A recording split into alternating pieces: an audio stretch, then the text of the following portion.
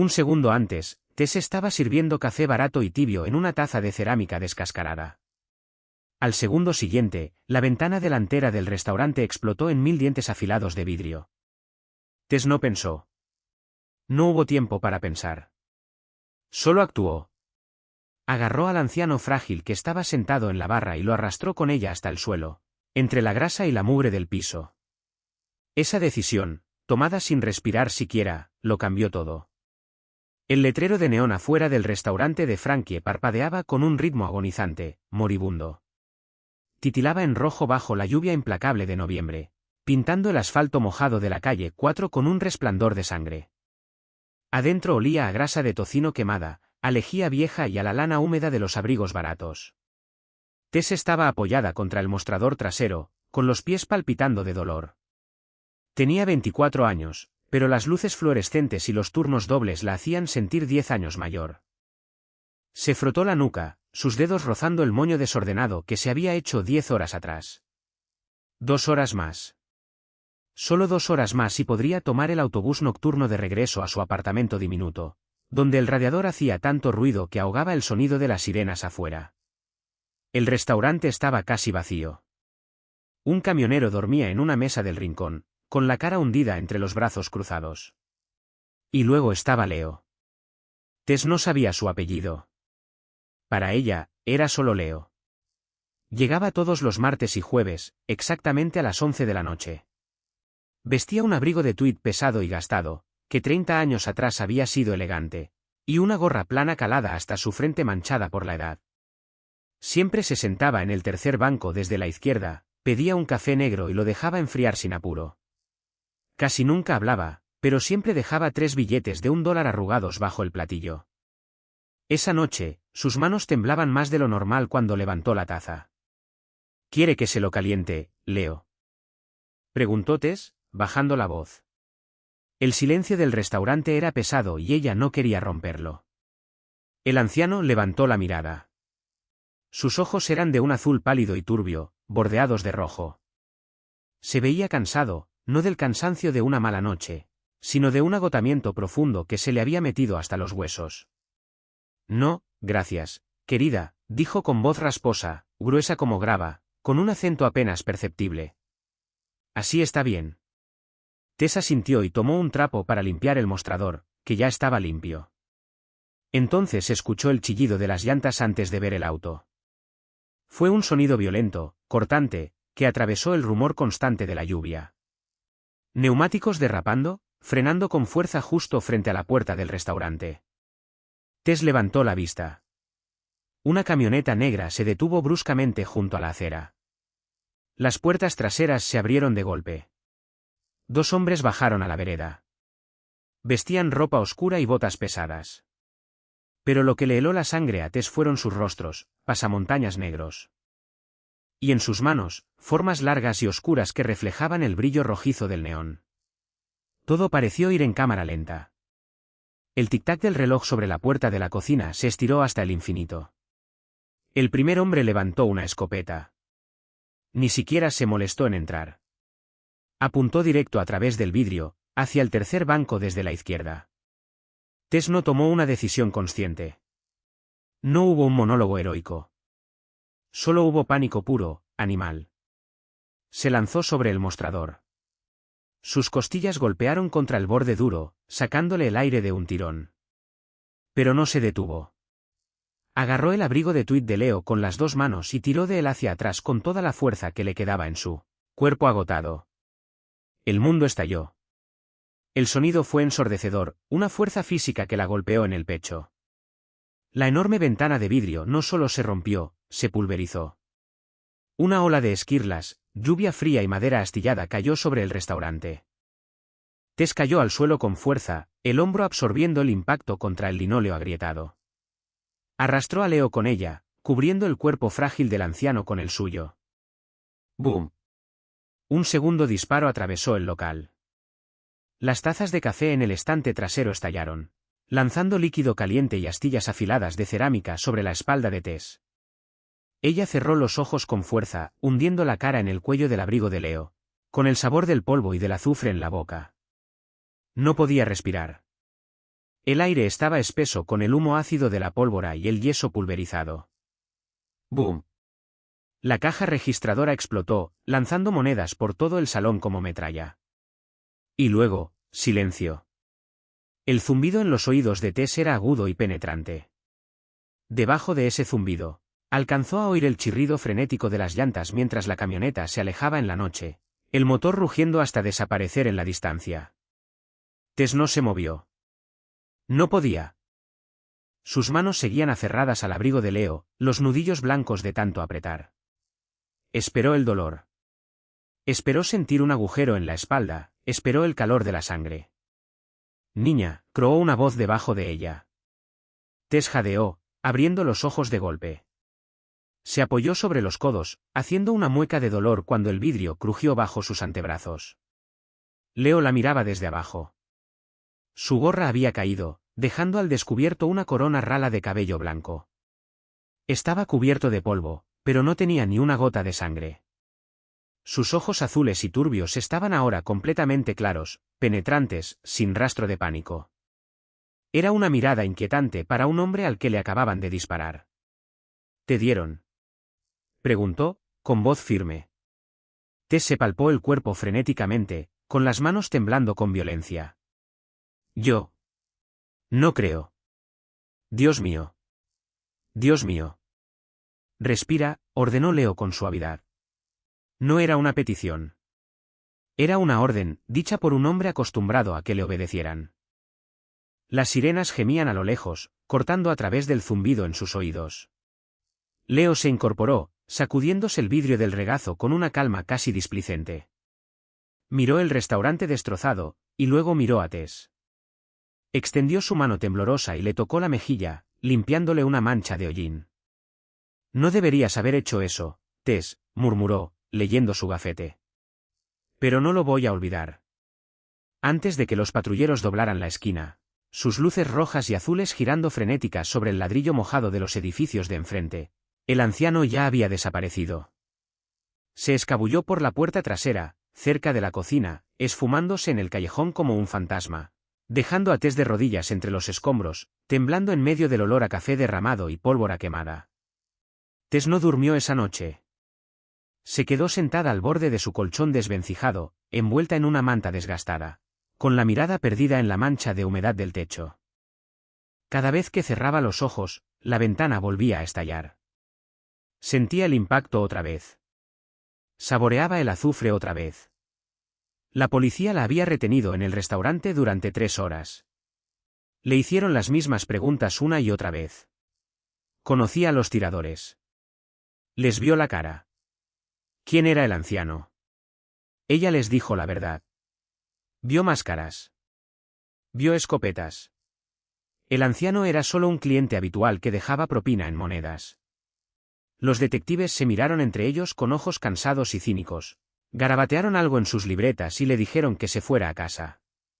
Lo trataron como un acto más de violencia entre pandillas, un síntoma trágico de una ciudad en decadencia. Para las 6 de la mañana, la luz gris y fría se colaba por las persianas delgadas de su ventana. Tess se levantó. Le dolía el cuerpo como si la hubieran golpeado con un bate. El hombro lo tenía muy amoratado, una sombra morada oscura floreciendo sobre su piel pálida. Fue al baño, se lavó la cara con agua helada y se miró al espejo. Se veía terrible. Ojeras oscuras bajo los ojos. Pero debajo del agotamiento, un nudo frío y duro de ansiedad se estaba formando en su estómago. El restaurante de Frankie estaba destruido. Eso significaba que estaba cerrado, lo que significaba que no tenía turno hoy, lo que significaba que no ganaría propinas. Tenía $52 en su cuenta bancaria, y el alquiler vencía en 4 días. Los disparos no la habían matado, pero las consecuencias podían dejarla sin comer. Se puso el uniforme de todas formas, un vestido azul limpio pero desgastado, y un delantal blanco, y agarró su abrigo grueso. Necesitaba saber si Carl, el gerente sudoroso y siempre estresado, le iba a pagar por las horas trabajadas la noche anterior. La lluvia había parado, dejando la ciudad resbaladiza y helada. Cuando Tess dobló la esquina hacia la calle 4, se quedó paralizada. Esperaba encontrar cinta policial. Esperaba una calle vacía. En cambio, Frankies bullía de actividad. La ventana rota había sido tapiada con madera contrachapada gruesa, cuyo olor a fresco todavía flotaba en el aire húmedo.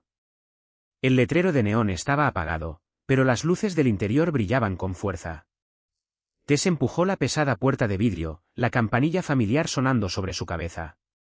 El olor a lejía era abrumador, tapando el rastro de pólvora que aún quedaba. Carl estaba detrás del mostrador, sudando a mares, limpiando el exhibidor de pasteles con furia. ¿Carl? Preguntó Tess, entrando con cautela. Está abierto. Carl dio un salto, con los ojos muy abiertos. Parecía cargado de una cantidad terrorífica de cafeína. Tess. Sí. Sí, estamos abiertos. Ponte el delantal. Tenemos la casa llena. Tess miró el salón. Efectivamente estaba lleno, pero no era la clientela habitual de la mañana. Enfermeras cansadas y estudiantes con resaca. El restaurante estaba ocupado por hombres de traje. Eran 4. Estaban sentados en 2 mesas separadas cerca de la puerta principal, flanqueando la entrada. Y no eran trajes baratos de tienda departamental. Eran de lana oscura, a medida, impecables y afilados. Se veían completamente fuera de lugar contra los asientos de vinilo agrietado y las mesas pegajosas. No estaban comiendo. Todos tenían una taza de café negro delante, con el vapor subiendo en una columna fina e ininterrumpida. Estaban perfectamente quietos, con los ojos recorriendo el salón, siguiendo cada movimiento en la calle a través del vidrio de la puerta. A Tess se le erizó el vello de los brazos. La forma en que las chaquetas les colgaban del pecho. Había algo ahí. Un bulto que no era natural. Armas. Caminó despacio detrás del mostrador, agarrando un delantal limpio. Carl, siseó, tirándole de la manga. ¿Quiénes son esos hombres? Son policías. Carl no la miraba. Seguía frotando un vaso ya limpio. No hagas preguntas, Tess. Solo sirve el café. No los mires a los ojos. No dejes caer nada. Solo sobrevive el turno. Tess tragó saliva con dificultad. Salió de atrás del mostrador con una jarra de café recién hecho. Sus manos la traicionaban, temblando ligeramente mientras se acercaba a la primera mesa. Había 2 hombres ahí. Uno era mayor, con una cicatriz gruesa que le cruzaba la ceja izquierda. El otro era más joven, con ojos fríos y sin vida. ¿Más café?, preguntó Tess. La voz se le quebró. Odió sonar tan débil.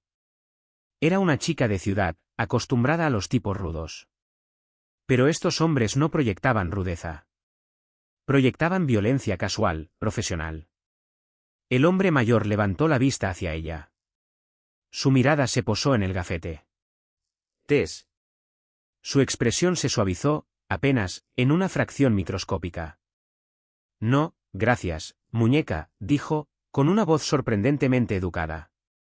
Solo estamos esperando a alguien. Tess asintió rápido y se retiró a la seguridad del mostrador. Pasó las siguientes 2 horas limpiando cosas que ya estaban limpias, tratando de ignorar la presencia pesada y sofocante de los 4 hombres. Ningún otro cliente entró. Cualquiera que pasara frente al restaurante, echaba un vistazo por la puerta, veía a los hombres de traje y seguía caminando. A las 9 en punto, una Lincoln Navigator negra se detuvo frente al restaurante. Los 4 hombres en las mesas se enderezaron un poco. No se pararon, pero el ambiente en el salón cambió. Se volvió más tenso, más denso. La puerta trasera de la Lincoln se abrió. Un hombre bajó al pavimento mojado. No se parecía a los demás. No llevaba traje. Vestía jeans oscuros, botas de cuero pesadas, y un abrigo de cachemir gris carbón desabotonado sobre un suéter negro de cuello alto. Era alto, de hombros anchos, y se movía con una gracia aterradora. Mientras caminaba hacia la puerta, Tess alcanzó a ver su rostro. Era joven, quizás poco más de 30 años, pero se veía antiguo. La mandíbula cubierta de barba incipiente, los ojos de un marrón profundo e impenetrable. Había una dureza cínica en su boca, la de un hombre que había visto las partes más feas del mundo y había aprendido a gobernarlas. Sonó la campanilla. ¿Entró? Los 4 hombres se pusieron de pie al instante. Respeto silencioso, total. El hombre no los miró a ellos. No miró a Carl, que parecía a punto de desmayarse detrás de la caja registradora. Sus ojos oscuros recorrieron el salón y se clavaron en Tess. Caminó directo hacia el mostrador. Cada paso, deliberado. Se sentó en el tercer banco desde la izquierda, el mismo banco donde el anciano se había sentado la noche anterior. Puso sus manos grandes y marcadas por cicatrices sobre el mostrador de laminado.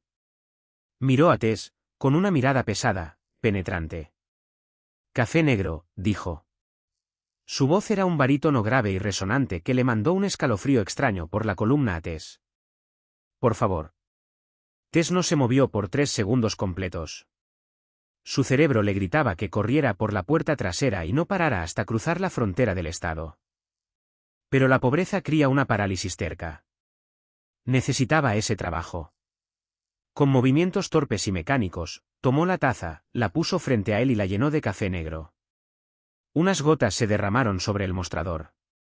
Ella agarró un trapo rápido y las limpió, evitando su mirada. «Tú eres Tess», dijo el hombre. No era una pregunta. Tess retrocedió un paso, cruzando los brazos con fuerza sobre el pecho, una barrera defensiva. «Sí, ¿y usted quién es, y por qué sus amigos están espantando a mis clientes?» Se sorprendió a sí misma con el filo de su propio tono, pero el agotamiento estaba empezando a ganarle al miedo, reemplazándolo con una molestia cínica. Estaba cansada de tener miedo. Estaba cansada de estar sin un peso, y estaba cansada de los hombres ricos con abrigos elegantes que creían que el mundo entero les pertenecía. El hombre no se inmutó ante su hostilidad. Simplemente levantó la taza y tomó un sorbo del café amargo. No hizo mueca por el calor.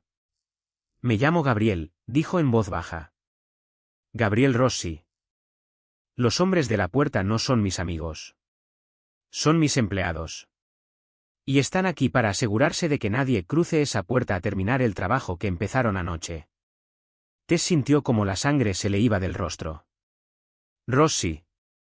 No leía mucho el periódico, pero no se podía vivir en esta ciudad sin conocer ese apellido.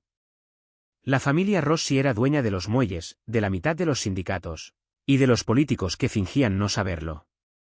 «El anciano», susurró Tess, el descubrimiento golpeándola como un puñetazo. ¿Leo? «Se llama Leonardo Rossi», corrigió Gabriel con suavidad. «Es mi abuelo. Él construyó a nuestra familia, y desde hace 2 años, está perdiendo una guerra contra su propia mente. Demencia». Gabriel bajó la mirada hacia su café. Por un instante breve y fugaz, el temible jefe mafioso desapareció, reemplazado por un nieto cansado. Se escapa a veces. Los guardias que le pago para vigilarlo se relajan. Él vuelve a sus viejas costumbres. Hace 30 años, este restaurante era fachada de un apostador. Venía aquí a cobrar. En su mente, todavía es 1995. Cree que solo está haciendo su ronda. Tess lo miró fijamente. Solo era un anciano confundido. Un anciano confundido con $2 millones de recompensa sobre su cabeza, dijo Gabriel, endureciendo la voz, la vulnerabilidad desapareciendo tan rápido como había llegado. La familia Moroni se enteró de que andaba suelto, sin protección. Mandaron a 2 sicarios a tirarlo al suelo y mandarme un mensaje a mí. Gabriel levantó la vista, sus ojos oscuros clavándose en los de ella. La intensidad era casi sofocante. «Fallaron. Por ti». Tess tragó con dificultad, la garganta completamente seca. «Yo no sabía quién era. Solo vi las armas. Estaba en medio del camino. Lo jalé hacia abajo. Fue un reflejo». «Reflejo», repitió Gabriel, saboreando la palabra. Metió la mano en el bolsillo interior de su abrigo de cachemir. Tess se echó hacia atrás, esperando un arma. En cambio, Gabriel sacó un grueso sobre de papel manila sin marcas y lo deslizó por el mostrador. Se detuvo justo frente a ella. «Hay 50.000 dólares en ese sobre», dijo Gabriel con suavidad. «Libres de impuestos, imposibles de rastrear». Tess miró fijamente el papel café. $50.000. Era más dinero del que había visto en toda su vida. Era el alquiler de 5 años. Era un auto nuevo. Era la libertad del radiador ruidoso y de los pies adoloridos. Pero al mirar el sobre, no sintió alivio. Sintió un miedo frío que le iba trepando por dentro. El dinero de hombres como Gabriel Rossi nunca venía sin condiciones. Era una correa. Era dinero sucio. No, dijo Tess. La mano de Gabriel se detuvo justo sobre el sobre. Frunció el ceño, apareciendo una pequeña arruga entre sus cejas oscuras. Estaba claro que casi nunca le decían que no. Disculpa. Dije que no. Tess empujó el sobre de vuelta hacia él con un solo dedo, como si estuviera infectado. No quiero su dinero, señor Rossi. Gabriel la miró, genuinamente desconcertado. ¿Te ofende la cantidad? Podemos negociar. No estoy negociando, Tess lo cortó, la voz subiendo un poco. Los 4 hombres en las mesas voltearon la cabeza hacia el mostrador. Gabriel levantó una sola mano sin voltear a verlos, y los hombres se calmaron al instante. Tess respiró hondo, tratando de bajar el ritmo de su corazón. Mire, no me importa quién es usted. No me importa quién es su abuelo. Jalé a un anciano al suelo para que no le volaran la cabeza. Lo habría hecho por cualquiera. No lo hice por un pago. Me debes una vida, Tess, dijo Gabriel, inclinándose hacia adelante. Su voz era un murmullo grave. En mi mundo, una deuda sin pagar es una debilidad. Salvaste mi sangre. Yo cuido a los que cuidan a los míos.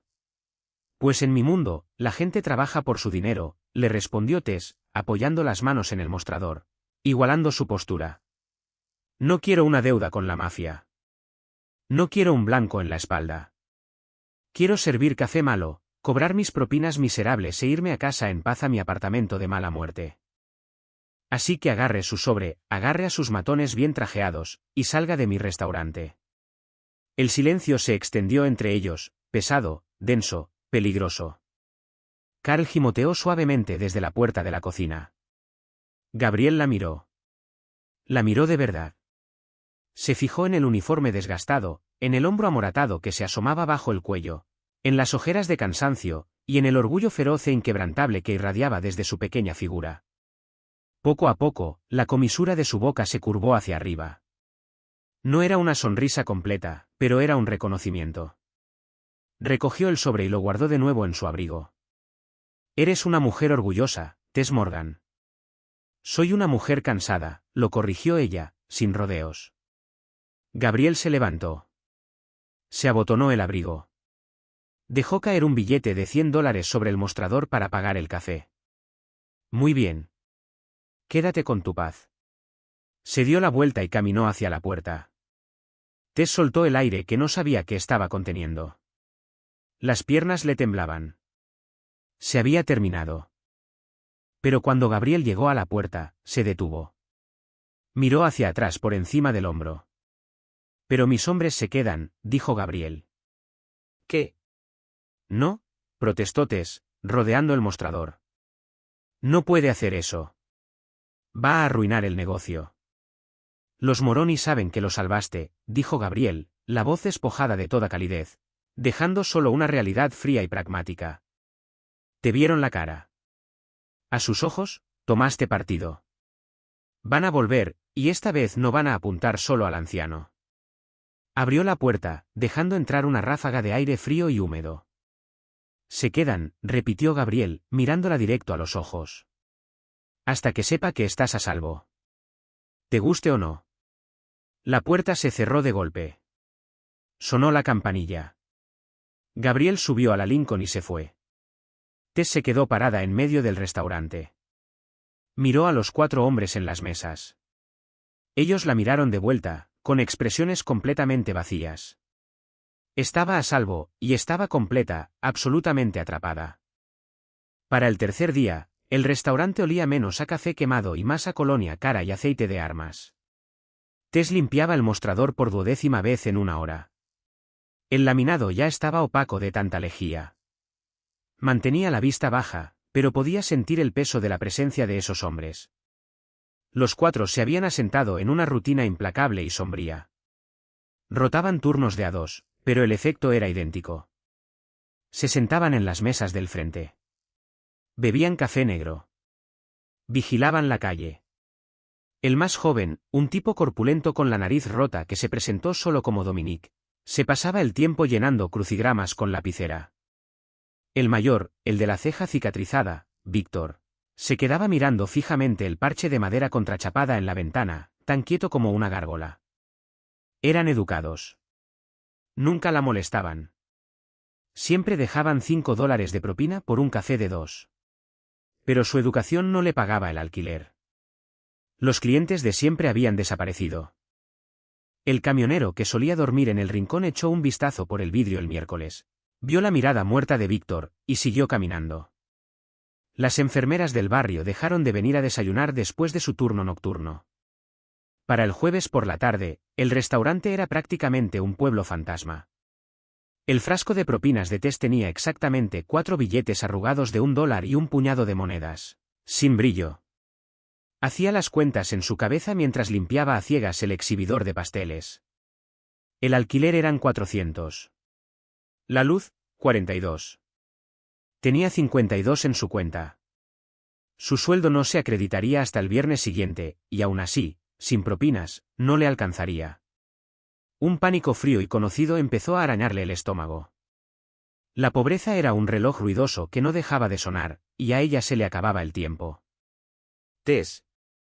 Dio un salto, casi tirando el limpiavidrios. Carl estaba parado en la entrada de la cocina. Se veía peor que ella. El delantal manchado de grasa vieja, una capa de sudor nervioso brillándole en la frente bajo la luz fluorescente. Retorcía un trapo de cocina entre sus manos gruesas. Ven un momento, masculló, sin mirarla a ella ni a Dominique, que no había levantado la vista del crucigrama, pero cuya postura se había puesto rígida al instante. Tess se secó las manos en el delantal y siguió a Carl hacia la oficina pequeña y sin ventanas. Olía intensamente a agua de trapear vieja y a cigarros baratos. Carl cerró la puerta, asegurándose de que hiciera clic, antes de dejarse caer en la silla giratoria detrás de su escritorio metálico lleno de papeles.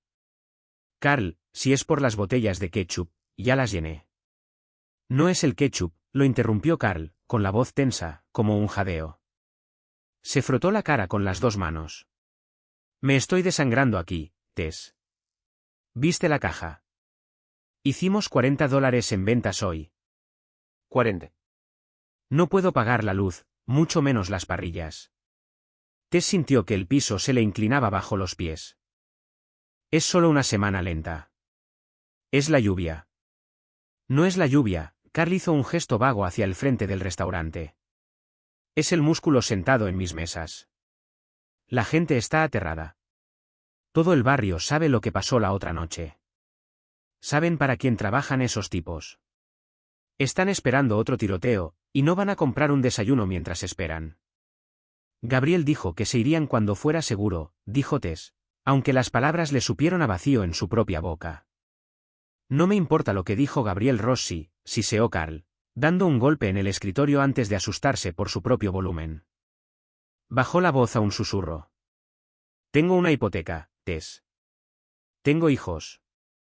No puedo dejar que este lugar se hunda. Metió la mano en el bolsillo y sacó un sobre blanco pequeño. Lo deslizó por el escritorio de metal. Se detuvo contra una pila de facturas sin pagar. Tess lo miró fijo. No era abultado como el sobre de Gabriel. Era delgado, patético. Lo siento, muchacha, dijo Carl, mirando al suelo. De verdad lo siento. Eres una buena trabajadora, pero están aquí por ti. Si tú te vas, ellos se van. Junté tu sueldo de la semana, más un poco extra. Solo entrega el delantal. Tess no tocó el sobre. El reloj que sonaba en su cabeza se detuvo, reemplazado por un zumbido hueco y ensordecedor. Despedida. La habían despedido. No porque llegara tarde. No porque se le cayera una bandeja. Porque no dejó que le volaran la cabeza a un anciano. Carl, por favor, susurró, el orgullo que le había mostrado a Gabriel evaporándose por completo bajo el peso aplastante de la realidad. Necesito este trabajo. No tengo nada más. Solo denme unos días más. No puedo, dijo Carl, la voz endureciéndose con el egoísmo desesperado de un hombre protegiendo lo suyo. Toma el dinero, Tess. Sal por la puerta de atrás, por favor. Tess lo miró un largo momento. Vio el miedo en sus ojos y la determinación. No había forma de discutir con un hombre que creía que su vida se le venía abajo. Estiró la mano temblorosa, tomó el sobre delgado y se lo metió en el bolsillo. Se desató el delantal y lo dejó caer sobre el escritorio. Cayó con un suspiro suave y derrotado. Salió por la puerta trasera hacia el callejón. El aire de noviembre era brutalmente frío, mordiéndole a través del suéter delgado. El cielo tenía el color de una ciruela golpeada, amenazando lluvia helada. Caminó hacia la parada de autobús, sus botas chapoteando en charcos aceitosos, la mente completamente en blanco.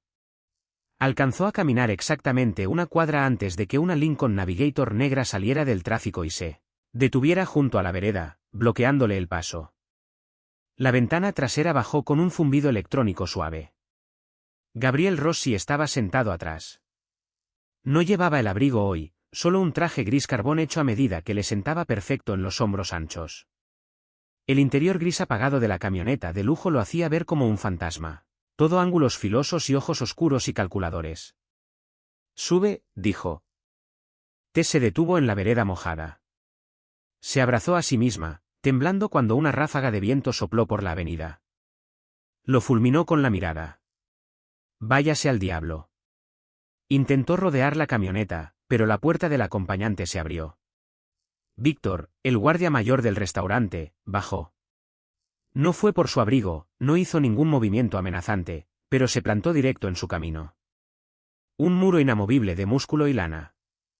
Señorita Morgan, dijo Víctor, con un tono completamente conversacional. Por favor. Tess volteó a mirar a Gabriel. La observaba con una expresión de suave y paciente fastidio. No voy a subir a un auto con usted, espetó, alzando la voz sobre el rugido del tráfico que pasaba. Ya me arruinó la vida esta semana. Creo que ya terminamos. Te despidieron, afirmó Gabriel. Carl llamó a mi asociado en el segundo en que saliste por la puerta trasera. Tess se sonrojó de calor. La humillación le ardía en el pecho, reemplazando el frío. Así que ya sabe que estoy desempleada. Felicitaciones. Ahora llame a su perro y déjeme caminar a casa. Los Moroni saben dónde vives, Tess, dijo Gabriel. No alzó la voz, pero la certeza absoluta en su tono la dejó helada en el lugar. Tienen un auto estacionado al final de tu calle desde ayer por la mañana. Un sedán azul. 2 hombres adentro. ¿De verdad crees que mis guardias estaban en el restaurante solo para proteger el recuerdo de mi abuelo? Tess sintió que el aire se le escapaba de los pulmones. Un sedán azul. Lo había visto. Ayer por la mañana, cuando sacó la basura, había un auto detenido junto a un hidrante. No le había dado importancia. Esto era la ciudad. Los autos se quedaban detenidos por todos lados. Están esperando a que estés aislada, continuó Gabriel, sus ojos oscuros clavados en los de ella, desmontando su desafío. No pueden atacarte en el restaurante con mis hombres ahí. No te van a atacar en un autobús lleno de gente. Pero la caminata desde tu parada de autobús hasta tu edificio, ese callejón junto a los contenedores de basura, no llegarías ni a la puerta de entrada. A Tess le empezó a temblar la mano. La realidad de todo esto, la realidad violenta y absurda, finalmente estaba rompiendo su coraza terca. Esto no era una película. Unos hombres con escopetas habían intentado matar a alguien a menos de 1 metro de ella. ¿Por qué no la matarían a ella también? Miró a Víctor. Él le respondió con un leve gesto sombrío de cabeza. Sintiendo que se lanzaba al vacío, Tess caminó hacia la puerta trasera de la Lincoln.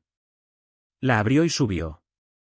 La puerta pesada se cerró detrás de ella, cortando los sonidos de la ciudad por completo. El interior era silencio absoluto, olía a cuero fino y a un rastro tenue y fresco de menta. Estaba cálido. Demasiado cálido. Tess se sintió sofocada. Gabriel golpeó la mampara de vidrio. El conductor arrancó, deslizándose de nuevo entre el tráfico. Tess se pegó contra la puerta opuesta, manteniendo toda la distancia posible entre ellos que el amplio asiento trasero permitía. Miró por la ventana polarizada, viendo pasar la ciudad gris y sombría. ¿A dónde vamos?, preguntó, la voz apenas un susurro. A arreglar el problema que causé, dijo Gabriel. Abrió un pequeño compartimento en la consola central y sacó una petaca plateada. La destapó, tomó un sorbo breve y se la ofreció a ella. Tess negó con la cabeza. No bebo. Gabriel cerró la petaca y la guardó. Compensaron a Carl por la pérdida de negocio. Va a recibir un cheque cada mes durante el próximo año. Lo despedí porque yo se lo ordené. Tess giró la cabeza de golpe, los ojos ardiendo. Usted le dijo que me despidiera. ¿Maldito? Ese trabajo era todo lo que tenía. Ese trabajo era una pesadilla táctica, corrigió Gabriel, la voz completamente vacía de emoción, como si estuviera revisando una planilla. Un edificio con vidrieras en una calle concurrida y 3 puntos de entrada. Mantenerte con vida ahí requería 4 hombres y nos exponía al escrutinio público. Moverte era el único paso lógico. Como rechazaste mi dinero e insististe en seguir trabajando, eliminé tu razón para quedarte en el restaurante. Usted no me controla, gritó Tess. La pura arrogancia de sus acciones la hizo ver todo rojo. No puede desmantelar mi vida porque le resulta conveniente. Estoy tratando de mantenerte con vida, dijo Gabriel, inclinándose hacia ella. La cercanía repentina apagó su furia al instante, reemplazándola con un agotamiento primitivo, instintivo. La familia Moroni no es una pandilla callejera, Tess. Son una institución. No perdonan. No olvidan. Y ahora mismo, eres una deuda sin pagar en su libro de cuentas. La van a saldar. Entonces, ¿a dónde se supone que vaya?, preguntó Tess, la desesperación finalmente asomando. No tengo a dónde ir. Gabriel se recostó, observándola con cuidado. Mi abuelo necesita cuidados las 24 horas. Tiene enfermeras, pero las odia. Les tira la comida. Se niega a comer. A ti te recuerda. Recuerda que no lo miraste con lástima. Cree que eres una mesera de 1995, pero le caes bien. Tess frunció el ceño, confundida por el giro repentino. Quiere que le sirva mesas a su abuelo. Quiero que seas su cuidadora, dijo Gabriel. Vivirás en la propiedad. Cocinarás sus comidas, te asegurarás de que tome su medicación, y le harás compañía. La propiedad está fortificada. Los Moroni no pueden tocarte ahí. ¿Y si digo que no? Gabriel no parpadeó. Te doy los 50. 000, te dejo en la estación de autobuses, y te deseo suerte. No voy a poner en riesgo a mis hombres para proteger a una mujer terca que se niega a sobrevivir. Era un cálculo frío, brutal. No estaba jugando al caballero de armadura blanca. Estaba ofreciendo una transacción. Su libertad, a cambio de su vida. Tess metió la mano en el bolsillo, sus dedos rozando el sobre delgado y patético que le había dado Carl. Contenía quizás $200. El alquiler, la comida, un sedán azul esperando al final de la calle. Miró el traje a medida de Gabriel, los asientos de cuero fino. Lo odiaba. Odiaba su poder, su dinero, y la forma casual en que había arrasado con toda su existencia. Pero más que eso, odiaba la idea de morir en un callejón sucio por una taza de café de filtro. ¿Cuánto paga?, preguntó, la voz plana, con la mirada fija en la mampara. La expresión de Gabriel no cambió, pero algo destelló en sus ojos. Respeto, tal vez, o simple satisfacción por haber ganado. 3.000 por semana, dijo con suavidad. Habitación y comida incluidas. Tess cerró los ojos. Era un rescate de rey. Era una jaula de oro. Bien, suspiró. Pero necesito mis cosas. No la dejaron subir sola a su apartamento. Gabriel se quedó en la camioneta encendida, revisando correos en una tableta elegante, completamente ajeno a todo. Dominique, el entusiasta de los crucigramas, subió los 3 pisos con Tess. El pasillo de su edificio olía a repollo hervido y a cigarrillos rancios. La alfombra era de un marrón moteado e indefinible, manchada por años de descuido. Dominique caminaba un paso detrás de ella, sus pisadas pesadas sin hacer ruido sobre la alfombra deshilachada. Se movía con un silencio practicado, aterrador. Tess abrió la cerradura de su puerta, el cerrojo se atascó como siempre. La empujó con la cadera y encendió la luz. La bombilla desnuda en el centro del techo parpadeó, proyectando sombras amarillas y ásperas sobre su pequeña sala. Era patético. Un futón que hacía de cama, un cajón de leche como mesa de centro, y un refrigerador chico y ruidoso en el rincón. El radiador golpeaba con violencia, silbando vapor en el cuarto húmedo. Dominique entró y cerró la puerta detrás de él. No hizo mueca de desprecio. Sus ojos simplemente recorrieron el cuarto, revisando los cerrojos de la ventana, evaluando las líneas de visión.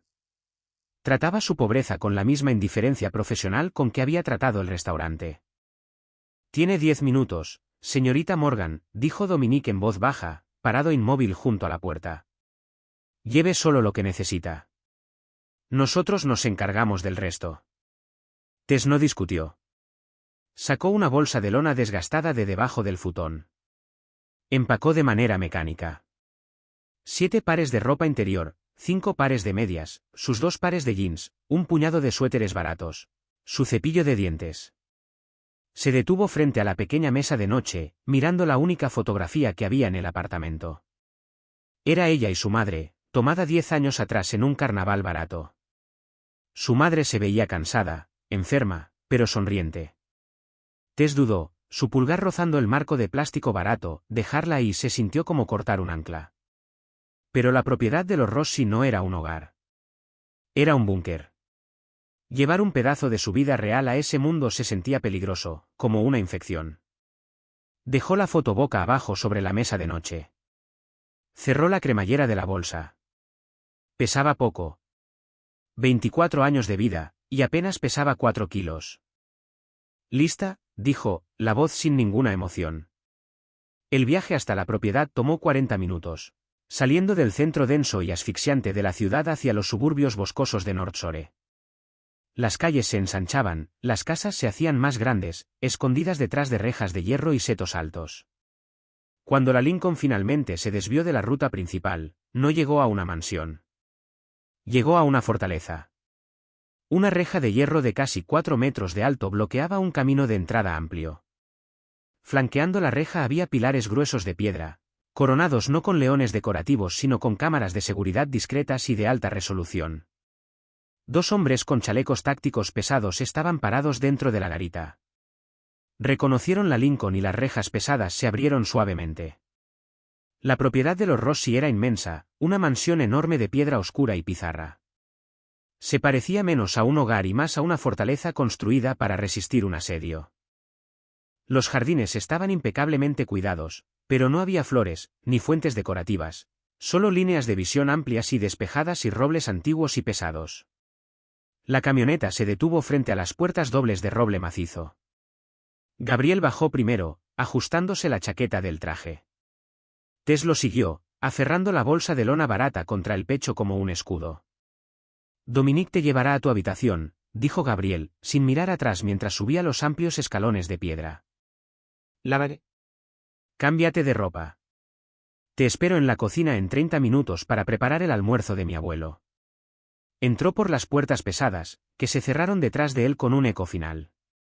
Tess se quedó parada en el camino de entrada, el viento cortante agitándole el cabello sobre la cara.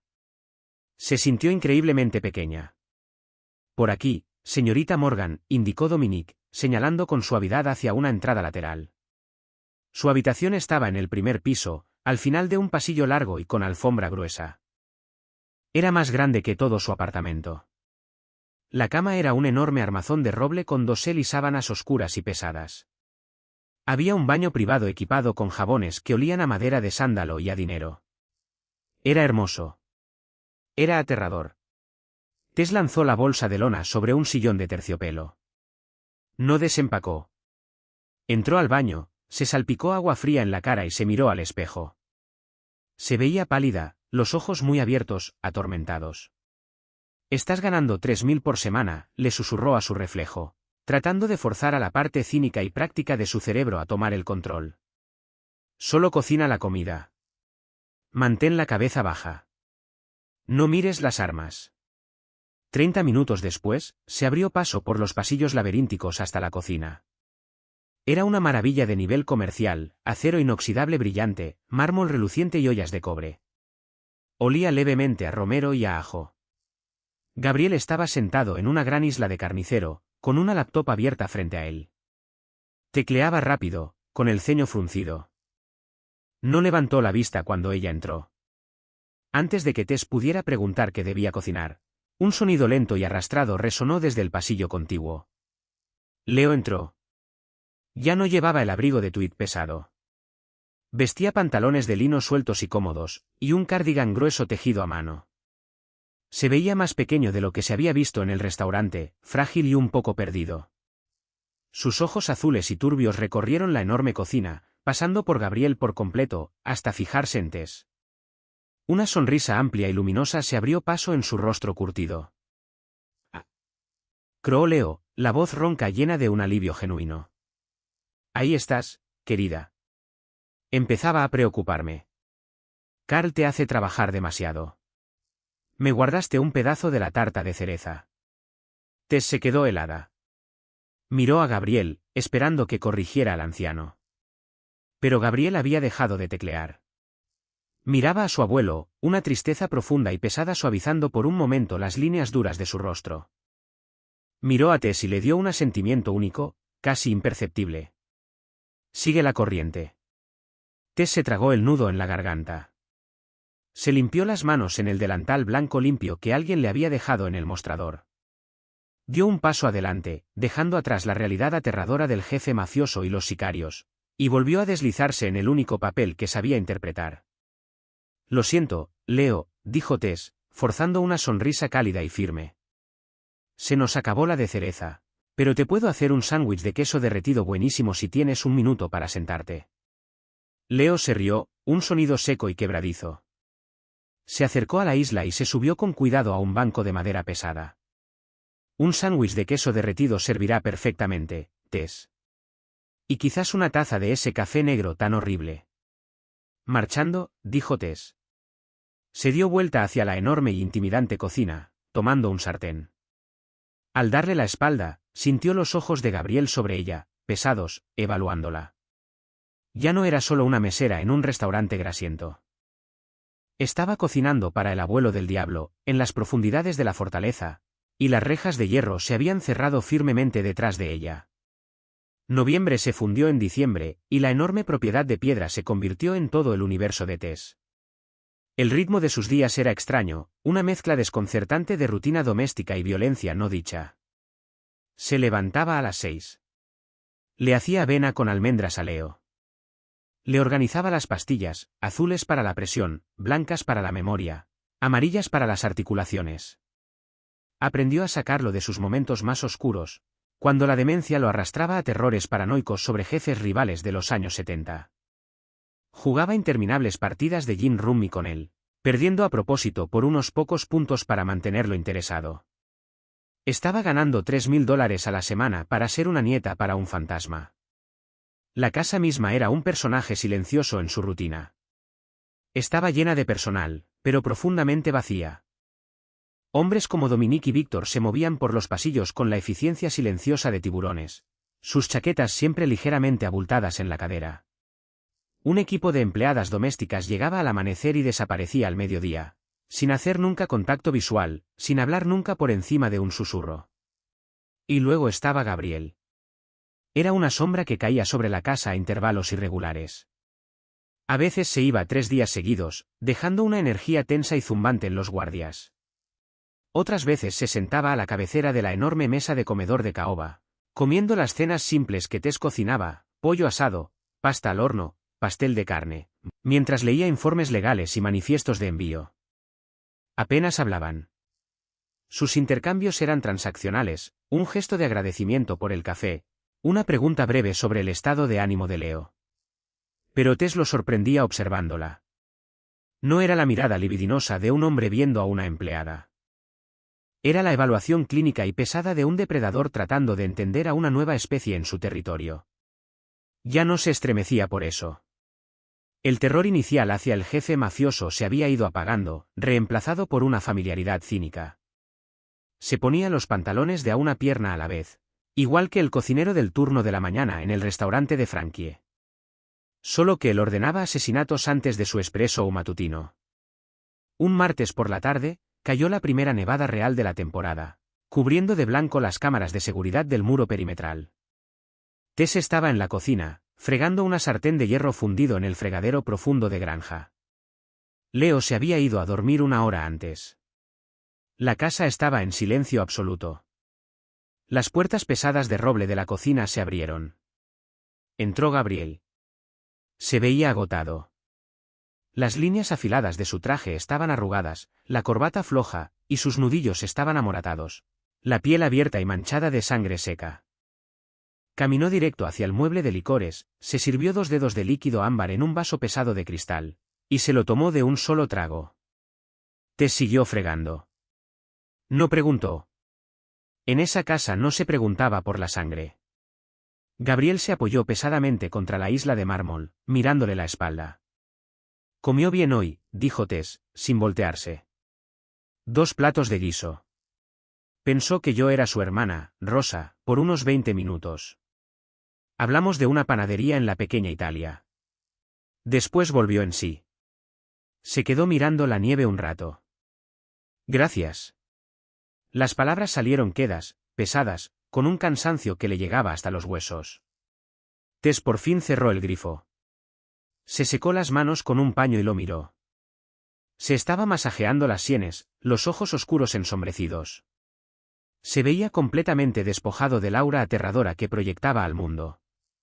Solo parecía un hombre cargando un peso que lentamente le estaba aplastando la columna. Hay guisos sobrando en el refrigerador, dijo Tess, la voz cuidadosamente neutral. Se lo puedo calentar.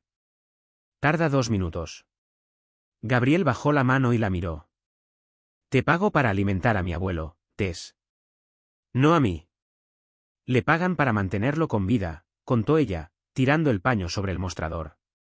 Y él no se va a mantener vivo mucho tiempo si su nieto se muere de un infarto a los 32 años porque vive, a base de whisky y adrenalina.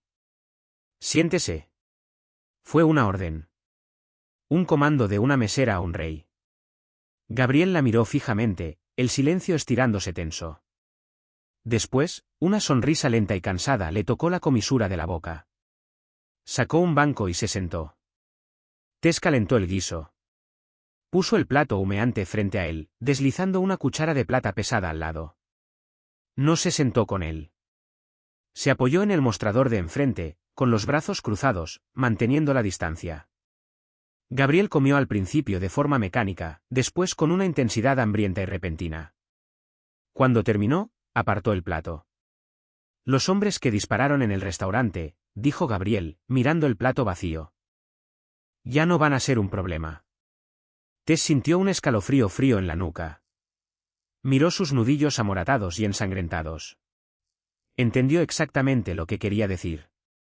No sintió alivio. Solo sintió una tristeza profunda y pesada. ¿Alguna vez termina esto?, preguntó en voz baja. Gabriel levantó la vista. Sus ojos estaban planos, apagados por la realidad de su existencia. No. El libro de cuentas solo pasa al siguiente nombre en la lista. O saldas la deuda, o sangras. Se puso de pie, abotonándose la chaqueta arruinada. Cierra tu puerta con llave esta noche, Tess. Que duermas bien. La alarma no sonó. Fue una luz roja estroboscópica, silenciosa y pulsante, que se encendió de repente en la esquina del techo de Tess, pintando el cuarto oscuro con un ritmo frenético de sangre. Eran las 3 de la mañana, 3 días después de la nevada. Tess despertó al instante. La coraza cínica y endurecida que había construido durante el último mes se resquebrajó, dejando entrar de nuevo el pánico animal y crudo del restaurante. Apartó el edredón pesado de una patada, sus pies descalzos golpeando el piso de madera helado. La casa estaba completamente en silencio, pero era un silencio pesado, vibrante. Se puso una bata gruesa y abrió la puerta de su habitación. El pasillo estaba oscuro, las luces de emergencia proyectando sombras largas y distorsionadas.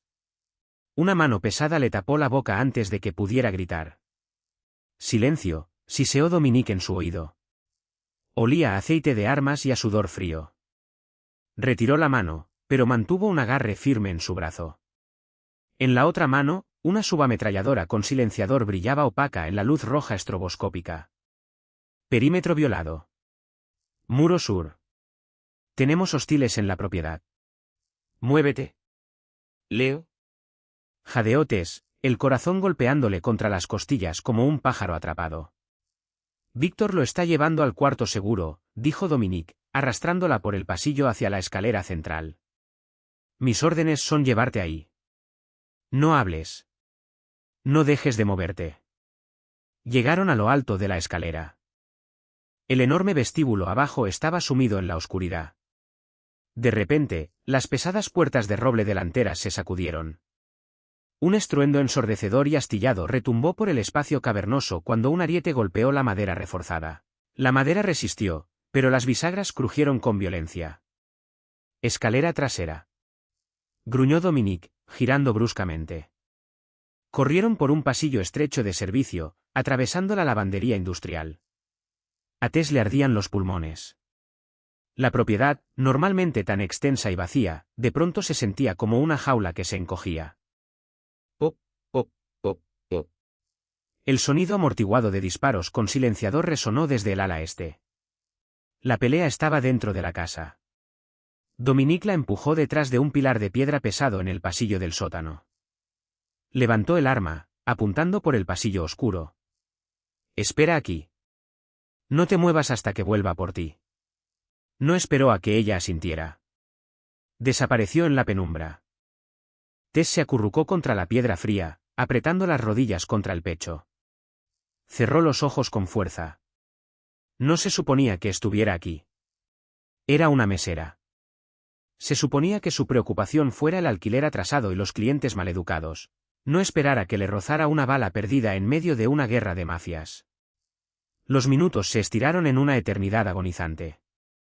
Los disparos lejanos cesaron, reemplazados por un silencio sofocante. Después, pasos. Pesados, deliberados. No eran los pasos rápidos y tácticos de Dominique. Eran lentos. Cojeaban. Tess se pegó más fuerte contra las sombras, apenas respirando. Una silueta dobló la esquina. Hombros anchos, un abrigo destrozado. Gabriel. Sostenía una pistola sin fuerza a un lado. Su brazo izquierdo apretado contra las costillas, la mano empapada de sangre oscura. Se detuvo, escaneando las sombras. Tess. Su voz era un rasguño áspero y quebrado. Tess salió de detrás del pilar. Gabriel. Él la miró, su postura relajándose un poco de alivio. Estás intacta. Estoy bien. ¿Dónde está Leo? Cuarto seguro, asegurado. Gabriel se apoyó pesadamente contra la pared de piedra, deslizándose un poco hacia abajo antes de sostenerse. Hizo una mueca, un siseo agudo de dolor escapándosele entre los dientes. Tess no pensó. El instinto de cuidar, afinado por semanas cuidando a un anciano frágil y años atendiendo a extraños agotados, le ganó al miedo. Cerró la distancia entre ellos, agarrándole el brazo derecho para sostenerlo. Le dieron, dijo, sus manos ya desabotonando la tela empapada de sangre de su abrigo destrozado. De lado a lado, gruñó Gabriel, la cabeza cayendo hacia atrás contra la piedra. Casi el pulmón. Hombres de Moroni. Una jugada desesperada. Falló. Necesita un doctor, dijo Tess, presionando la herida con la tela gruesa de su bata. Sus manos se mancharon de rojo al instante. Estaba tibio y pegajoso. Gabriel la miró desde arriba. En la luz de emergencia tenue, sus ojos oscuros estaban despojados de toda su armadura habitual.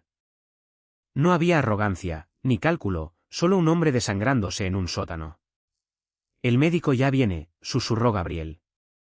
Levantó su mano ilesa, sus dedos manchados de sangre agarrando débilmente la muñeca de ella. No corriste.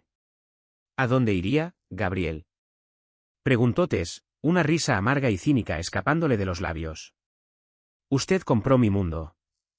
Ahora solo vivo en él. Él cerró los ojos. Voy a saldar el libro de cuentas, Tess. Lo juro. Mantente despierto, ordenó ella, presionando más fuerte la herida. No cierres los ojos. Es una orden. Él obedeció. Las secuelas de la violencia fueron meticulosamente mundanas. Para el amanecer, la sangre ya estaba blanqueada de los pisos de madera. Las puertas delanteras astilladas fueron reemplazadas por una barrera provisional de acero. Los cuerpos, hombres que Tess nunca vio pero sabía que habían estado ahí, fueron retirados con una eficiencia silenciosa y aterradora. Tess estaba sentada en la enorme isla de la cocina, mirando fijo una taza de café negro frío. Tenía las manos limpias, restregadas hasta enrojecerlas con un cepillo de alambre y jabón fuerte, pero todavía podía sentir el calor fantasma de la sangre de Gabriel en las palmas. Leo dormía en su habitación, completamente ajeno al asedio, sedado por el médico de guardia de la propiedad. Las puertas de la cocina se abrieron. Entró Gabriel. Parecía un fantasma. Llevaba una camiseta gris simple y pantalones de chándal sueltos. Tenía el costado izquierdo fuertemente vendado, visible a través del algodón fino. Se movía con rigidez, su gracia habitual y aterradora reemplazada por un andar cauteloso y adolorido. No fue hacia el mueble de licores. Caminó hacia la isla y se sentó en el banco junto a Tess. Se quedaron en silencio un buen rato. El sol de la mañana se filtraba por las ventanas altas, iluminando el polvo que bailaba en el aire estéril de la cocina. La familia Moroni está decapitada, dijo Gabriel en voz baja, rompiendo el silencio. Su voz era plana, sin ningún triunfo. Mis hombres golpearon su base hace una hora. Represalia por la violación de la propiedad. La guerra terminó. Los grupos locales van a alinearse. Tess mantuvo la vista fija en su taza. Entonces el libro de cuentas está saldado.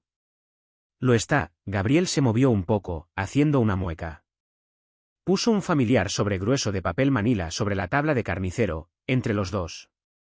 50.000. Y hay un auto esperando afuera. Tu edificio está a salvo. Tienes tu vida de vuelta, Tess. Tess se quedó mirando el papel café. 2 meses atrás, eso era todo lo que quería. Era una cápsula de escape. Pensó en su apartamento congelado y patético. Pensó en Carl, sudando y gritando por las botellas de ketchup. Pensó en la pobreza solitaria y aplastante que la esperaba afuera de esas rejas de hierro. Después pensó en Leo, preguntando por su hermana Rosa. Pensó en el silencio pesado y triste de esta fortaleza. Miró al hombre brutal y sangrante sentado a su lado. Un hombre que gobernaba una ciudad entera pero no podía servirse su propio whisky sin hacer una mueca de dolor. No puedo volver, dijo Tess. Su voz salió firme, sorprendiéndola a ella misma. Gabriel frunció el ceño, girando la cabeza para mirarla. Eres libre de irte. La deuda está saldada. No se trata de la deuda, lo cortó Tess, con un destello de su vieja rebeldía. Se trata de la realidad. Si vuelvo allá, soy una mesera con $50.000 en una cuenta bancaria que tengo que justificarle al fisco. Vuelvo a una vida que no significaba nada. Aquí, tragó saliva con fuerza. Aquí Leo me necesita. Y usted se va a matar solo si nadie le recuerda comer. Gabriel la miró fijo, la máscara desmoronándose por completo. Por primera vez desde que la conocía, el jefe mafioso se veía genuinamente sorprendido. ¿Quieres quedarte?, preguntó, tratando de procesar la lógica. En una casa con agujeros de bala en las paredes. Quiero 5.000 por semana, contó Tess, mirándolo directo a los ojos, abrazando por completo el cinismo del mundo de él. Quiero cobertura médica completa. Quiero fines de semana libres. Y quiero que deje de traer barro a mi cocina cuando vuelve de asesinar gente. Gabriel la miró un largo, pesado momento. La sorpresa se desvaneció, reemplazada por un respeto lento y creciente. La vio no como una carga, ni como una empleada, sino como una igual, alguien que había mirado al abismo de su vida y había decidido que podía negociar con él. Estiró la mano y jaló el sobre de vuelta hacia sí. Hecho, dijo Gabriel en voz baja. Tess se puso de pie. Llevó el café frío al fregadero y lo tiró por el desagüe. Tomó un delantal limpio del gancho y se lo ató a la cintura. La tela se sintió como una armadura. Bien, dijo, sacando un cartón de huevos del refrigerador industrial. Ahora quédese quieto. Le voy a hacer una tortilla, y se la va a comer entera. Gabriel se recostó contra el mostrador, haciendo una mueca cuando las vendas tiraron, pero una pequeña sonrisa genuina por fin se abrió paso entre las líneas duras de su rostro. La observó trabajar, la tensión del cuarto pasando de peligrosa a algo extrañamente doméstico. El mundo de afuera pertenecía a los monstruos, pero dentro de esas rejas, el libro de cuentas estaba saldado. El café estaba caliente, y Tess Morgan estaba exactamente donde había elegido estar. Si esta historia de lealtad inesperada y deudas peligrosas te atrapó, no olvides darle like, compartirla y suscribirte al canal para más dramas intensos y realistas de mafia y romance. La tensión entre Tess y Gabriel demostró que a veces los tratos más peligrosos son los que elegimos hacer. Activa la campanita para no perderte ninguna subida cuando exploremos los rincones oscuros, cínicos y emocionales del bajo mundo. Suscríbete y dale like a más historias.